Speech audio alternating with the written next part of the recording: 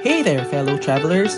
Welcome to Zondi Land, your ultimate travel guide for exploring the world one adventure at a time. I'm Dan, your travel buddy, and I'm so excited to take you on this journey with me. Welcome to Bangkok, the city that never sleeps. From glittering temples and buzzing street markets to rooftop bars and legendary nightlife, flavorful food and soothing massages, this is where tradition meets modern energy. Let's explore the heart of Thailand.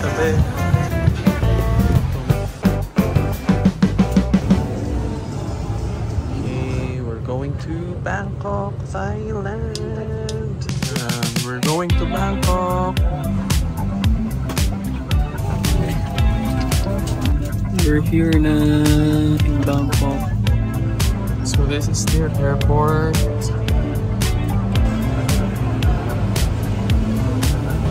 There's my luggage. May ATM na din dito, pwede na din dito mag-withdraw. Okay, so nag-withdraw na din ako. So may charge lang na 220 baht. So nag-withdraw akong 10,000 baht or para mga 5,000 din ito. So andito na ako sa Bangkok, Thailand. Tapos na ako sa immigration. Nakuha ko na din yung luggage ko. So ang need lang is may fill upan lang kayong Thailand Declaration Arrival Card. Online lang yun. So isa-scan lang yun. And then your passport and your boarding pass. May mga ATM na din dito. Pwede na kayo dito mag-withdraw. Yan. So mag-book na ako ng Grab from here. Palabas na ako. Papunta na akong hotel. So, ang main mode of transport naman dito is either Grab, bike, or car. So, tingnan natin makabook tayo. So, if mag-grab kayo, meron dito. Nasa first level siya. Grab A. Ito yung pick-up point. Medyo matagal lang. Ang daming nagbubook kasi. Ito na yung Grab ko. Finally, dumating din siya. Medyo traffic lang. Ayun. So, ayun na nga. Dito na tayo sa hotel. So, I stayed at Holiday Inn Express. Okay naman. Parang mga 2,000 plus lang to per night. Near the center din siya. So, sa paligid, marami din mga restaurants, may mga bars, for nightlife. So, discuss ko lang yung experience ko kanina from the Philippines to Bangkok, Thailand. Smooth naman. Tips lang, yun nga, mag-download kayo ng eSIM. I-activate nyo siya pag nandito na kayo sa Bangkok. Sa airport, may wifi naman doon. And then, upon arrival, kailangan nga yung may DTAC or yung Declaration of Thailand Arrival Card. So, yun, i-accomplish mo siya online. So, para siyang sa Philippines naman, ang version ay e-travel. Yun, parang ganun din siya dito. Then, accomplish lang yun.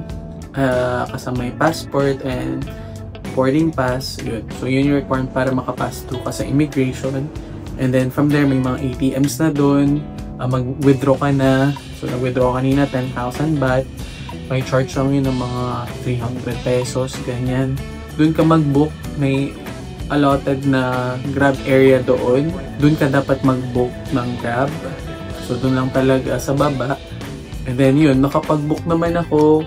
Okay naman yung nasakyan ko. Medyo matagal lang yung waiting kasi medyo siguro konti na yung mga sasakyan.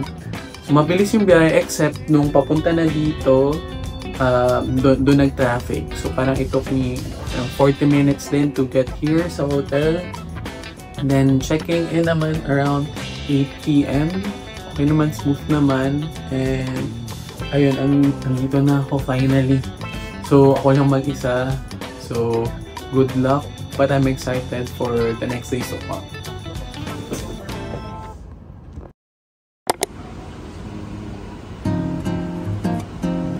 So, ito yung breakfast buffet dito. So, 7 a.m. pa lang, kaya hindi pa ganun katao.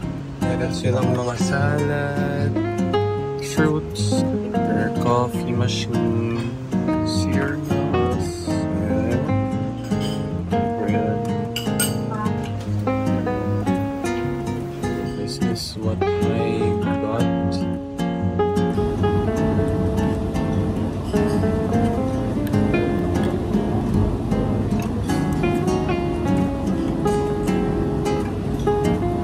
Punta ako ngayon Grand Palace. So, ito yung napupunta by.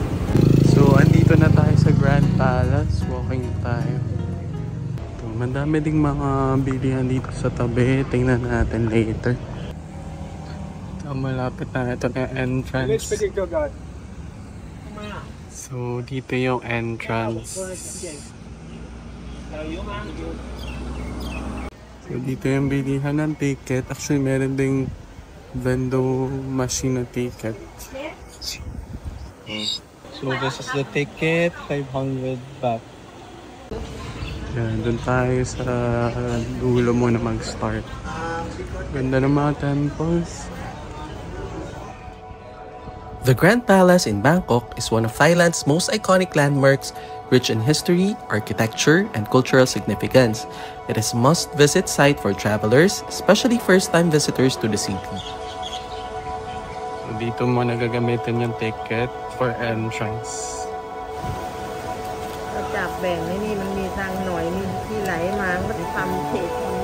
So, ito yung unang side. Grand Palace is located at Old City near the Chao Phraya River in Bangkok. It was built in 1782 by King Rama I. It also served as formal royal residence of Thai kings and still used for ceremonial purposes. Currently, it is used for tourist attraction, royal events, and state ceremonies. The Grand Palace is not a single building, but a vast complex of more than 100 structures over 218,000 square meters. Key highlights include the Wat Phra Kaew, or Temple of the Emerald Buddha, which is the most sacred Buddhist temple in Thailand. It houses the Emerald Buddha, actually made of jade, a highly revered statue believed to protect the kingdom. The statue's golden robes are changed 3 times a year by the king to mark the seasons. Next is the Chak Tri Maha Prasat Hall, which is a blend of Thai and Western architecture built by King Rama V in the late 19th century. It is a former residential area for the king, now used for receptions and state functions. The outer court is used for government administration and housing guards, officials, and treasury offices. Phra Maha Montian buildings are traditional Thai-style royal residence used for important royal ceremonies. And finally, the Dusit Maha Prasat Hall, an audience hall used by King Rama I. It features stunning architecture with intricate gold carvings and inlaid mother of pearl. Architectural and style influence are of traditional Thai and Western neoclassical. Materials are white marble, gold leaf, colorful glazed tiles, and mirrored mosaics. Features include multi-tiered roofs, ornate spires, golden stupas, and demon garden statues. Opening hours is at 8:30 a.m. to 3:30 p.m. daily. Admission fee is 500 to 600 Thai baht. Dress code strictly enforced. No shorts, sleeveless shirts, or sandals. Men must wear long pants and closed shoes. Women must wear skirts or pants below the knee and modest tops. Tour guides or audio guide is highly recommended due to the rich history and symbolism. Important etiquette that must be followed include: remove shoes from before entering any temple buildings, speak quietly and behave respectfully, as this is a sacred place, and do not point feet toward Buddha images or climb on statues. Ito na yung labas ng Grand Palace. So, papunta naman tayo sa reclining Buddha. Ito na si reclining Buddha. 300 Thai baht. So, ito 300 baht for the reclining Buddha. Take off your shoes, then put it on the bag.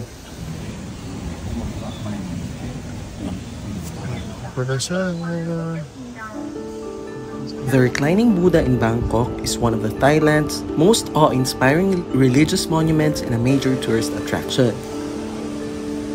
Located inside Wat Pho, just a few minutes walk from the Grand Palace and Wat Phra Kaew. The reclining Buddha is a massive golden statue representing the Buddha in his final moments before entering Parinirvana, or nirvana after death. It symbolizes the Buddha's peaceful passing and escape from the cycle of rebirth. It is 46 meters long, 15 meters high, with brick and plaster covered in gold leaf, with mother of pearl designs showing 108 auspicious symbols of the Buddha, eyes and feet decorated with detailed craftsmanship and symbolic artwork.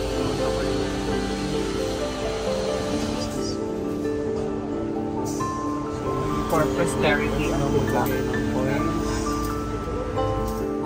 the statue captures the moment when the Buddha lies on his right side with a serene expression, represents enlightenment, detachment from worldly suffering, and peaceful transition into nirvana.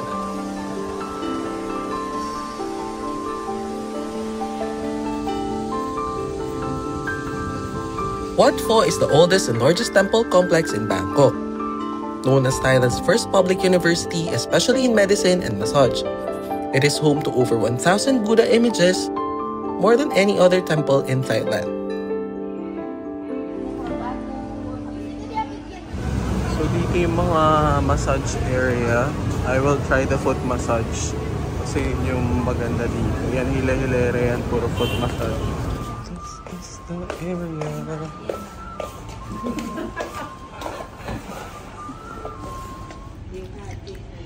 No customers? No customer. Oh. I first customer for you today. Really try it. This is the foot massage. Thai foot massage. Foot massage. Foot massage.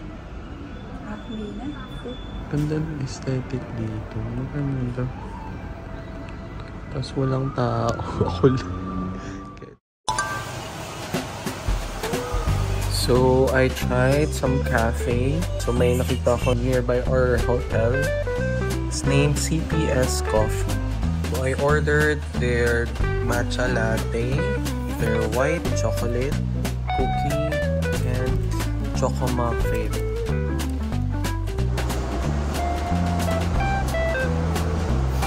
Walang hint of sweetness. Walang lasa yung matcha latte nila. Wala lang hint of sweetness. So, milk tea. Sige naman din mas strong yung lasa ng matcha. So, white chocolate.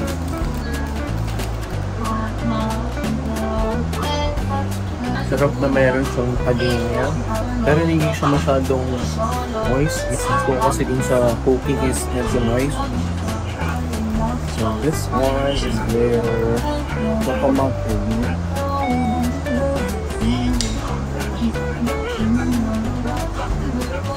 Hindi masyadong matamis yung mga muffin food.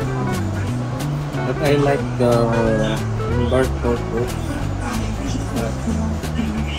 So, yung pagkatabang ng bread or milk, and the balance of milk, taste ng dark chocolate. So, overall, this is my like. Second is this one, kasi walang tamis. Then, this one.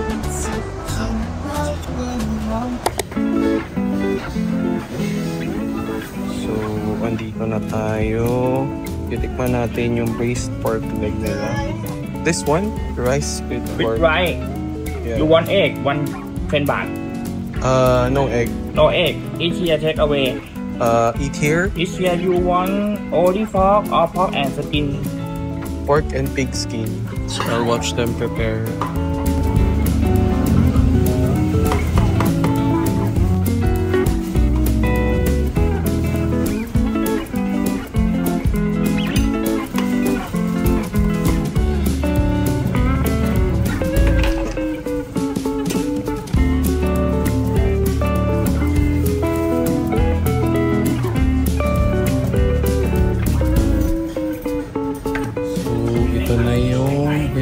Pork leg with the rice nila. So, meron siyang egg, then their braised pork leg with skin, yung order ko. Then, may vegetable, black carrots, try the meat nila. Ang lambot.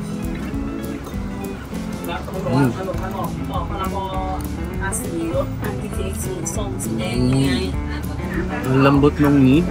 Then yung lasa niya,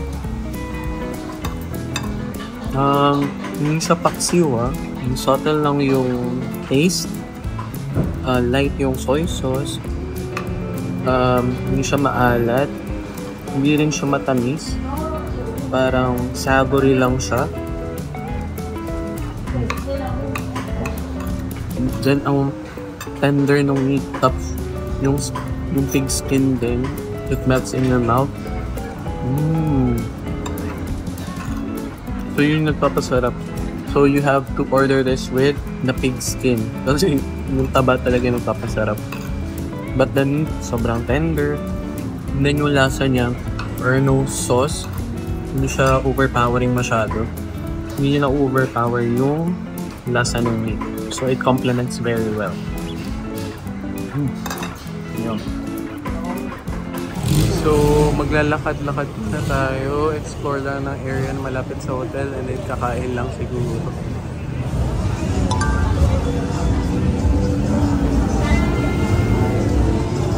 So ito yung typical nilang menu. Ito yung first order ko. This is their chicken rice worth 100 baht. Hi there, chicken rice.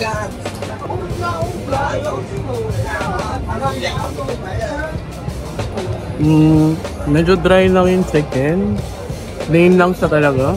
Then medyo may sabaw naman kasama. And some sauce. Complemented. Ito yung morning glory. Ito yata yung... Walang mong kangkong ba to? Pero ang laki ng serving. 150 baht. Ayun, sarap din to. Stir fry. Okay, let's try the morning glory.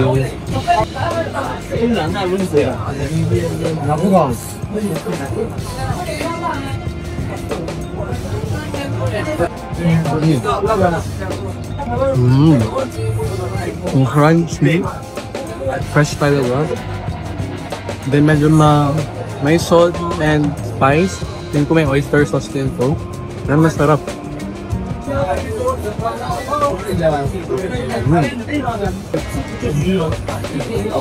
Their chicken wings. Masarap din yata to.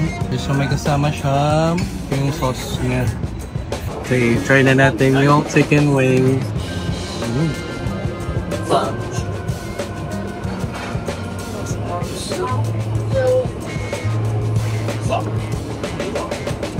Ang sa dry, juicy siya. Malasa yung bread eh. Medyo manamis na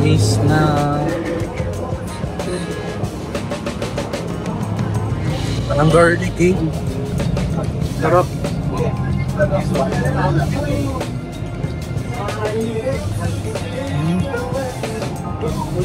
Yung sauce, matamis na maalat na parang jukran ba na mahang pero medyo malabnaw.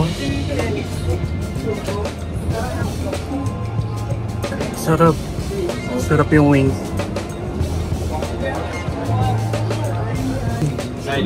Gusto ko yung chicken wing kaysa dun sa chicken rice.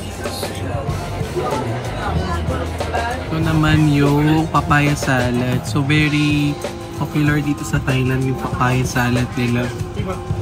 Okay, finally, try natin itong papaya salad nila. Ito raw papaya, may kamatis, may sitaw.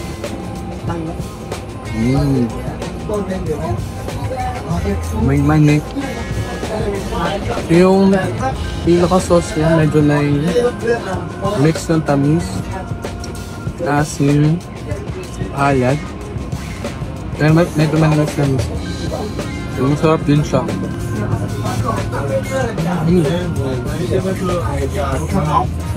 So ito lahat yung order ko. Grabe, napadami. Good luck to me. So I ordered sugarcane juice. 30 baht siya. Para mga less than 50 pesos lang.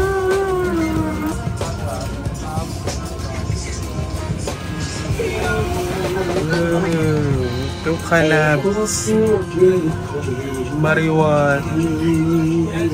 So legal dito yung cannabis.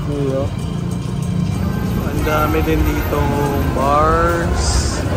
Pero mga resto bars naman. Meron ding mga nightclubs. Okay, pupunta naman tayo sa Jod Fairs. So madami ditong mga pagkain din. Jod Fairs is a sprawling night market in Bangkok's Ramanang district, beloved for its energetic vibe and food. It serves as the successor to the train night market Ratchada. Located behind Central Ramanang Mall in Huay Quang, Bangkok, Jod Fairs features over 700 stalls selling street food, handicrafts, clothes, cocktails, and more. Open daily from 4 p.m. to 12 a.m. with food stalls typically operating from around 5 p.m. onwards. Ideal visiting time is 5:30 to 6 p.m. before the heaviest crowds arrive. Access is easy via MRT Fraram 9 station, just a short walk from the exit. Famous eats to try at Jod Fairs include Leng Saap or spicy pork spine soup, the signature dish and arguably the most talked about item at Jod Fairs, a towering portion of pork spine simmered in a spice sour broth loaded with green chilies. Okay, now let's try to dig in dito sa kanilang rib pork food. Tikman natin yung soup. Served with gloves and sticky rice, very messy but worth it for spice lovers. So medyo maasim yung kanilang soup. Hindi ko alam kung anong citrus yun, pero maasim. Kung naamoy mo din yung lime. And then marami sa green na sili. Tignan natin yung pork.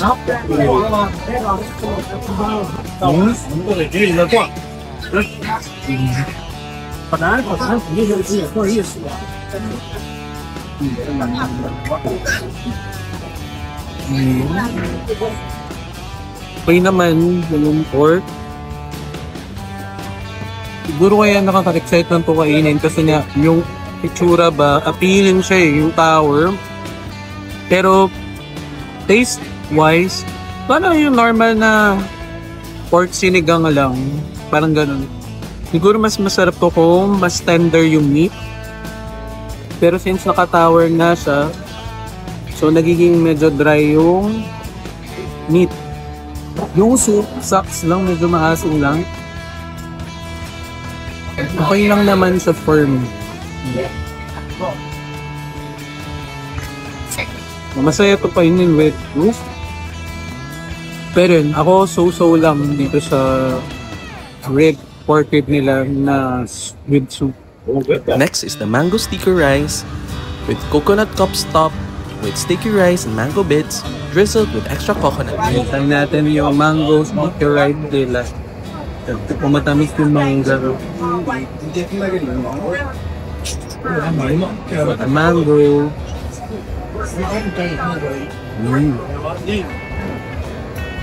Matamis naman yung mangga nila. Pero masasasarapan ako dun sa mangga natin. Try natin with rice.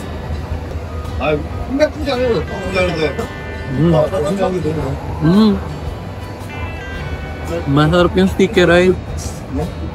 Medyo maalat yung sticky rice, tapos nababalance out siya nitong mangga. Mas masarap to lalo kung matamis talaga yung kanilang mangga.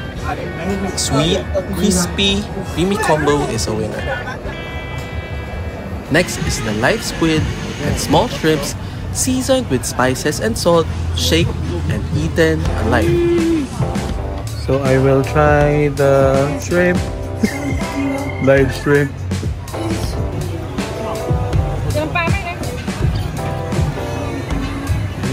Uhuli na siya, be. Yan na.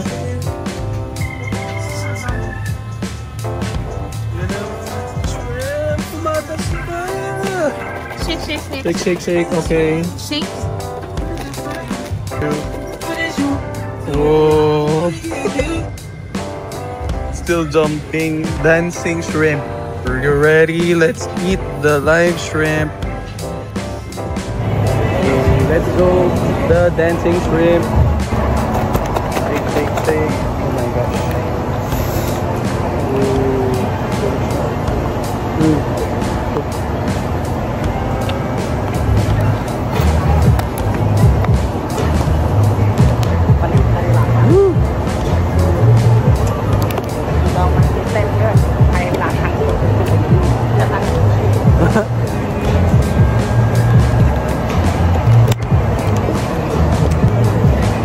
lasa is galing dun sa spices na nilagay ni ate. So mas yun yung malalasan. Hindi ko masyadong malasan yung shrimp. Pero yun, thrilling siya kasi nga buhay yung shrimp. Look, magalaw talaga.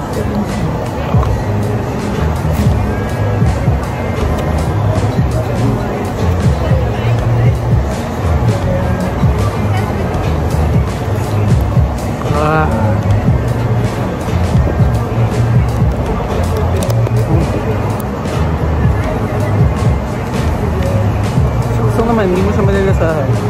Yung shrimp. Fresh fruits like mangosteen and durian, which are very sweet and creamy to taste. Sarap yung durian nila. Yung tamis. Parang sa Davao din. Fresh seafood like grilled river prawns and lobster, grilled or deep fried squid, which are very tasty and sweet, and exotic delicacies like crocodile. Look, this is a crocodile. Truly, Bangkok is a city full of beautiful history and exquisite flavors. For the next episode, we'll dive deep into local Thai flavors and food featuring Michelin-approved restaurants.